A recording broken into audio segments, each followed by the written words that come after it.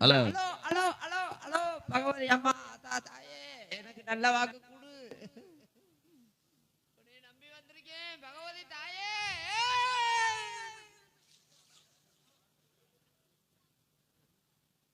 வந்தது யாரு? வந்தது யாரு? சொல்லிட்டு போ. வந்தது யாரு? வந்தது யாரு?